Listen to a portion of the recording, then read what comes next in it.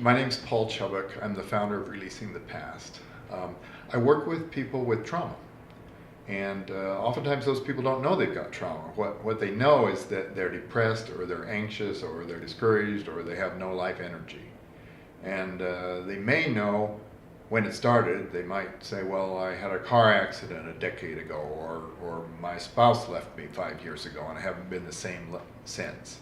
Talk therapy may well get at the idea of what went wrong or how the person suffered trauma, but that doesn't get at the shift that's needed in the feelings. You know, you could understand your problem and still feel bad, but the understanding with a bodily felt shift in emotion, so that, say, you walk out the door with a lightness in your step or a sense of relief or a smile on your face, now that makes a difference.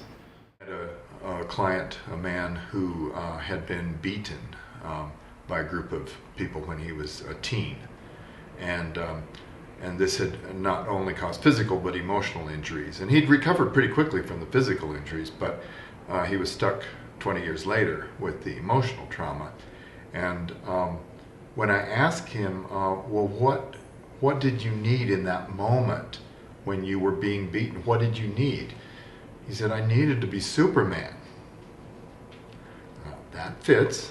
He needed to be Superman. He needed to be invulnerable. He needed to be powerful. He needed to be able to fly and hit and catch bullets in his teeth. And so I helped him for like 20 or 30 minutes to experience what would it be like to be Superman. What would it be like to have that power, those big muscles, that huge chest? What would it be like to be able to just punch and see your enemies just go flying? And he did that, and he got so into it in his body. It wasn't just a little light fantasy or a neat idea. He felt it, and he got release. He got some tears. He got some powerful discharge in his body, and it made a difference. I mean, he had been so stricken with that feeling of helplessness that he'd gotten from that trauma, and most of that left him at that point. The combination of good teachers and my own experience of healing and about 20 years of working with other people of all kinds and all kinds of traumas seemed to give me a map that kind of let me see from a perspective about where people were stuck. Like if a person comes to me with their pain, I have a pretty good idea of where they're stuck on this map and where to take them to move them out of that. And that's something that most people who are stuck, they don't have that map. They don't know where to go. They just feel lost.